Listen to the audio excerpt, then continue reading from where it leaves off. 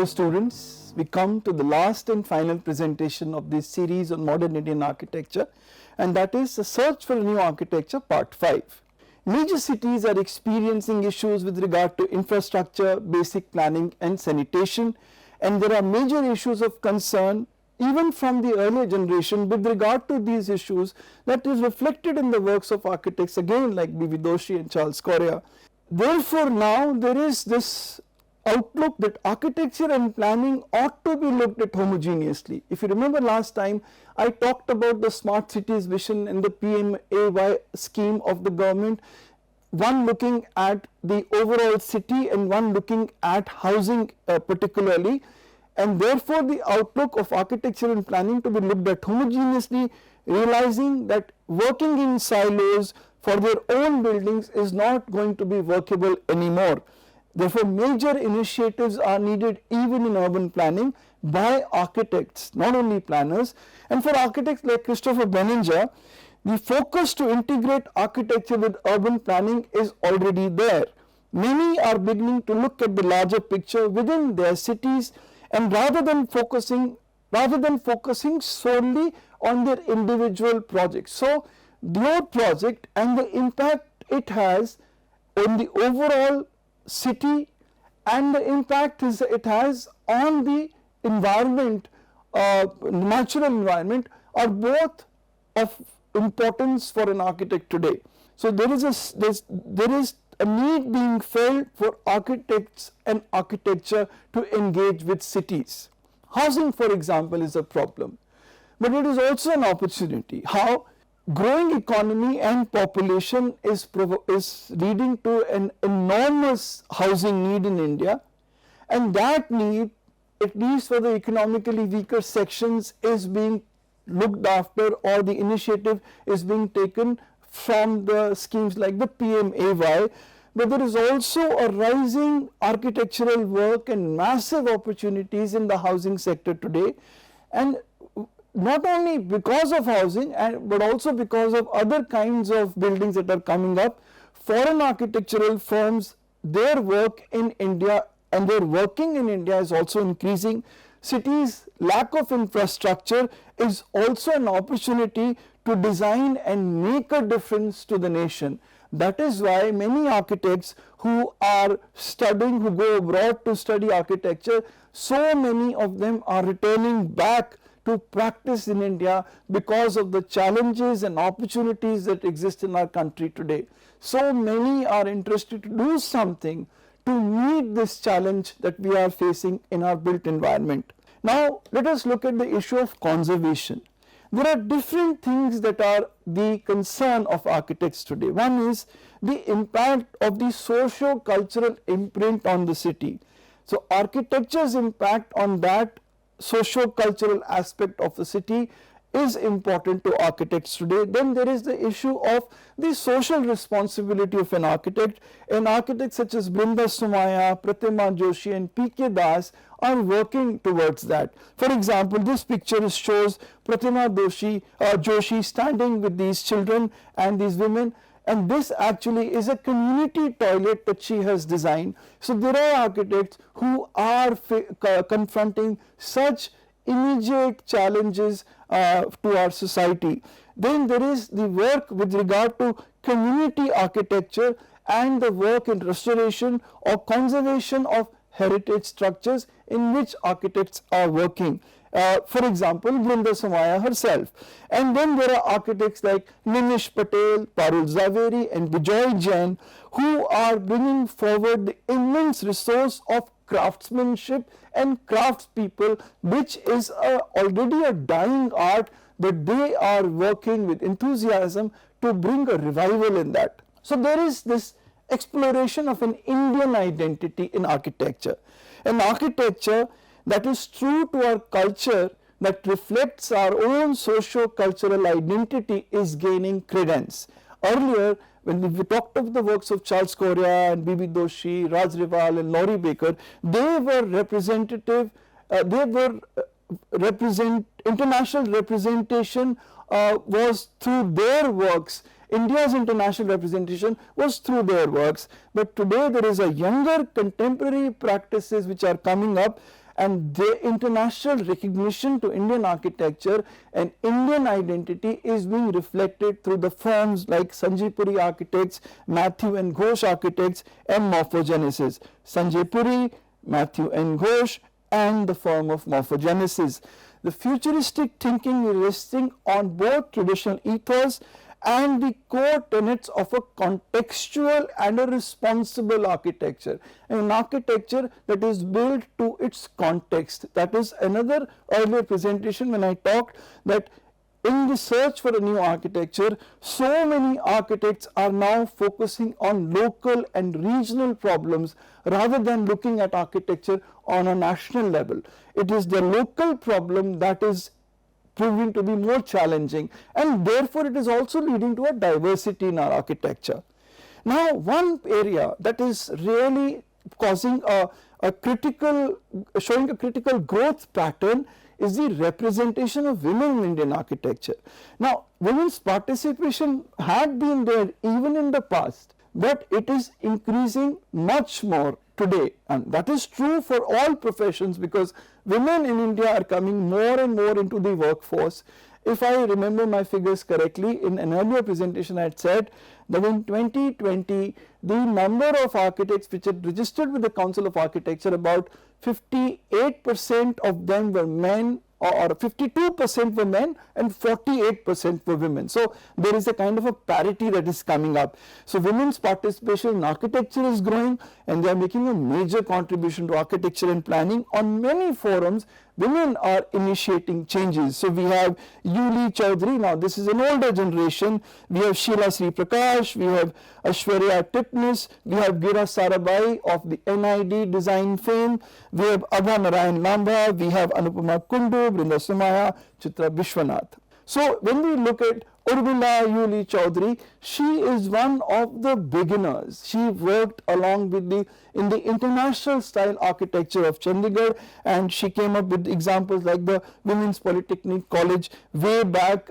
in the early years of modern architecture in India, Government Home Science College in Chandigarh, and a government housing project again in Chandigarh. And then there is Gira Sarabhai, who along with her brother had gone to intern under Frank Lloyd Wright, and she designed the Calico Museum of Textiles in Ahmedabad and the Calico Dome in Ahmedabad in 1963. The project that she is most known for is the NID building, the National Institute of Design building in Ahmedabad in 1961. It is based on the Bauhaus modernist design of functional organization along with an imprint of Frank Lloyd Wright upon it. And then there is Brinda Sumaya, who continues to practice. She is both an architect and an urban conservator, and she has projects which are ranging from design of institutional campuses to rehabilitation of a community, for example that which was devastated by the Bhuj earthquake, and the restoration of an 18th century church, for example. So there is designing of new campuses, rehabilitation and restoration. This is the design of a new campus, the Goa Institute of Management in Goa 1993. I saw this presentation earlier with you, this project in a small way. And then we have the Tata Consultancy Services campus in Indore in 2018. We have the rehabilitation of the Badli village of Bhuj, in which the plinths of houses are composed of the rubble that was there from the earthquake debris. And then the project, the houses are reinforced with RCC plinth beams. Now it's got a three-fold system of beams to maximize strength, a beam at the sill level, at the lintel level and the roof base. So the idea of a seismic band both provided both at the plinth level and the sill, then there is one at the sill level and there is one at the roof base, or rather I should say at the sill level, the lintel level and the roof base. So at 3 points these bands or beams are added to provide reinforcement from seismic events in these buildings. Then there is the Rajabhai Clock Tower and Library building in Mumbai that was restored by her in 2013. And there is Anupama Kundu, who was educated in the Sir J.J. School of Architecture. She graduated in 1989, then did a doctoral degree from TU Berlin in 2008 and designed many buildings with energy and water efficient infrastructure adaptations.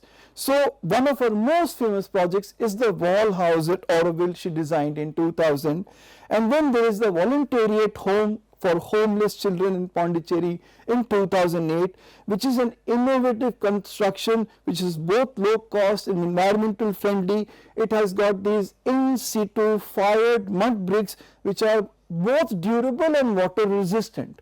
And then there is Chitra Vishwanath, who had a diploma in civil engineering from Nigeria, then got a B.Arch from CEPT Ahmedabad and started her practice in 1990.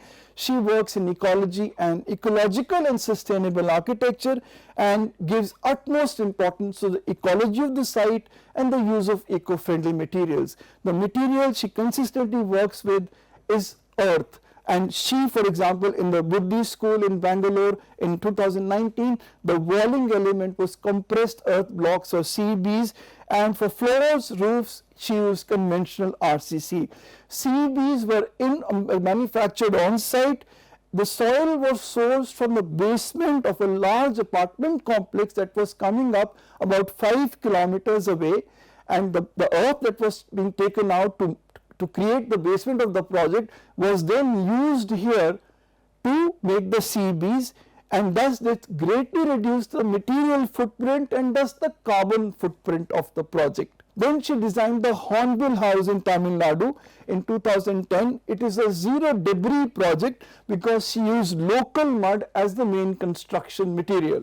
Then there is a very famous project of hers called the Yellow Train School in Coimbatore in 2013. Here the classroom and the play spaces are approximately 1.5 meters below road level to provide soil for the construction that is taken out because of the earth digging that has been done.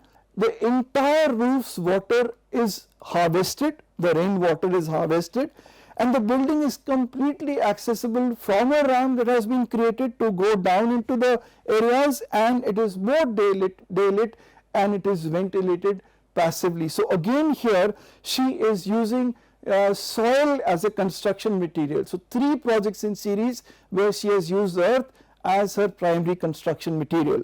And then of course there is Reviti Kamath, who unfortunately passed away in 2020 from 1955 to 2020, and she was an Indian architect and planner based in Delhi and a pioneer of mud architecture in India. Along with her husband Vasant Kamath, she made so many interesting projects.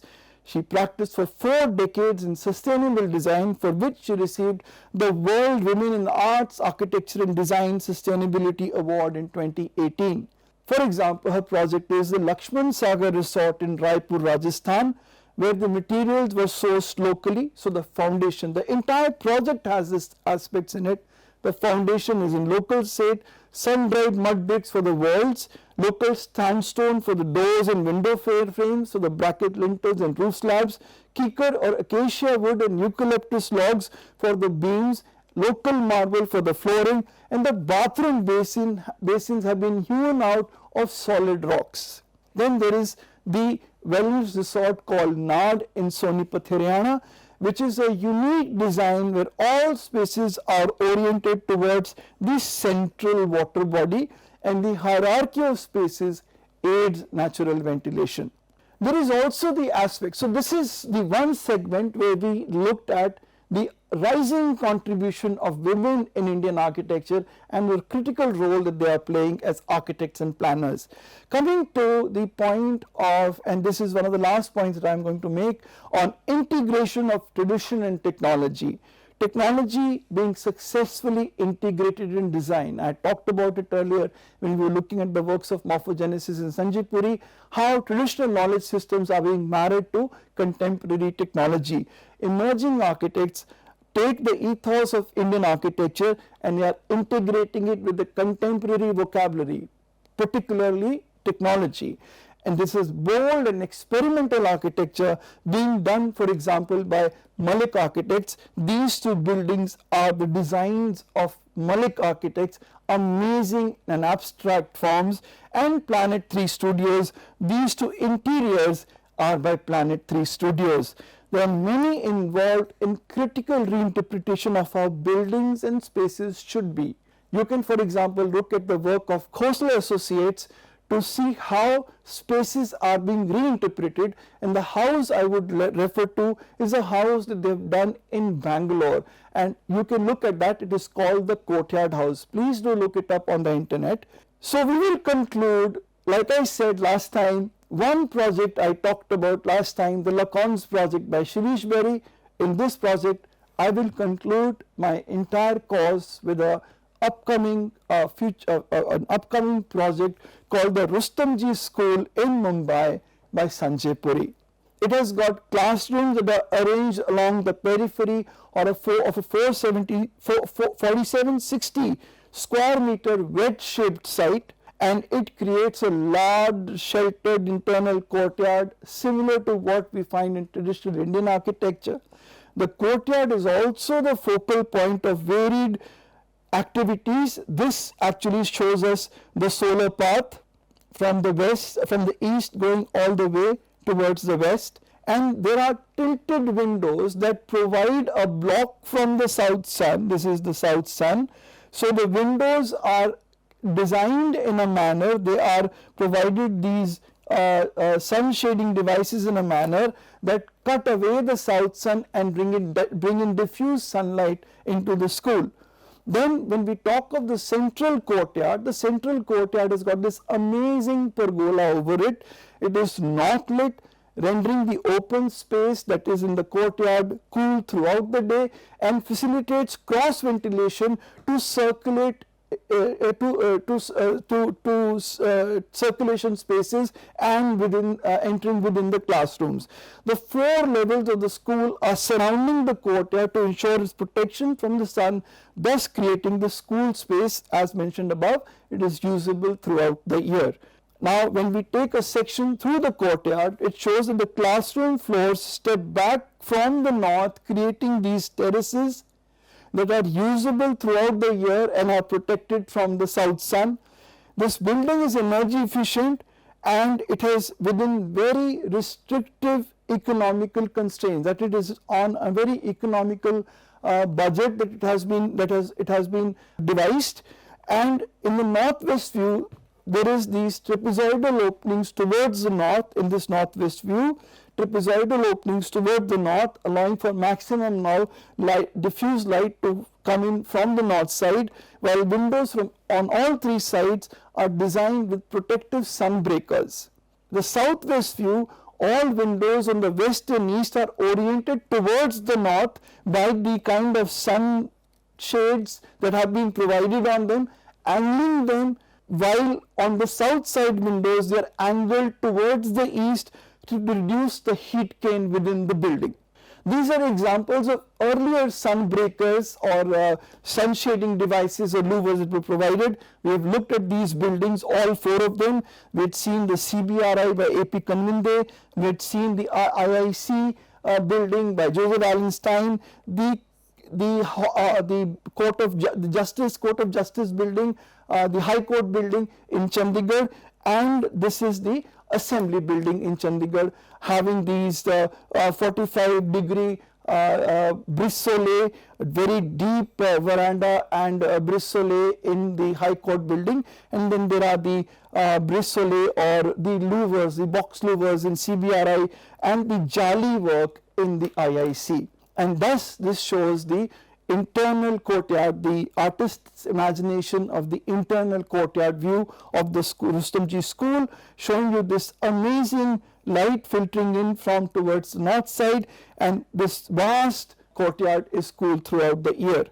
The use of this pattern of opening along the internal circulation spaces in the roof of the courtyard creates this jali effect, which reflects Indian architecture elements in a contemporary way. So this jali work pattern is reflected in the courtyard. This is the internal courtyard view again. in conclusion to this entire course that I have studied with you, with these three projects that are, one is of morphogenesis, this is a house by P.K. Das, and this is a building by Malik Architects. Opportunities and obstacles abound in Indian architecture today.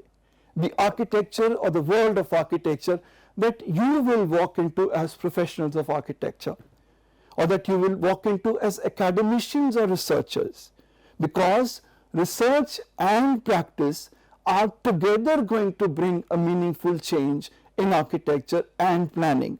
We are working towards an architecture which is adaptable to changing lifestyles and that stays true to an Indian identity, an architecture that will give us buildings that will sustain into the future and that will build us a lasting legacy. I conclude here by saying my heartfelt thanks to my entire team that has supported me. No man is an island. No man can do any job without a support that is provided by his colleagues and associates. So I have my team, my research scholar Farah Nasim, my project associate Shreya Rai, and there are others within my lab who have assisted me from time to time. There is of course the e-learning center team led by Mr. Sharad, who have ably supported me and who have taken in my idiosyncrasies, rather my lateness of time and breaking of their schedules, and yet have accommodated me patiently so that I could complete this 40 series lecture series along with you. I can honestly admit that along the way I have learned new things. Aspects which were not very clear to me have become clearer, but there are aspects which have come up new in which I need to explore further. I thank you so much for being my audience. I wish I could have an opportunity to have a face-to-face interaction with you, and I do hope in the future someday we might get an opportunity. Thank you so much for being with me throughout this course.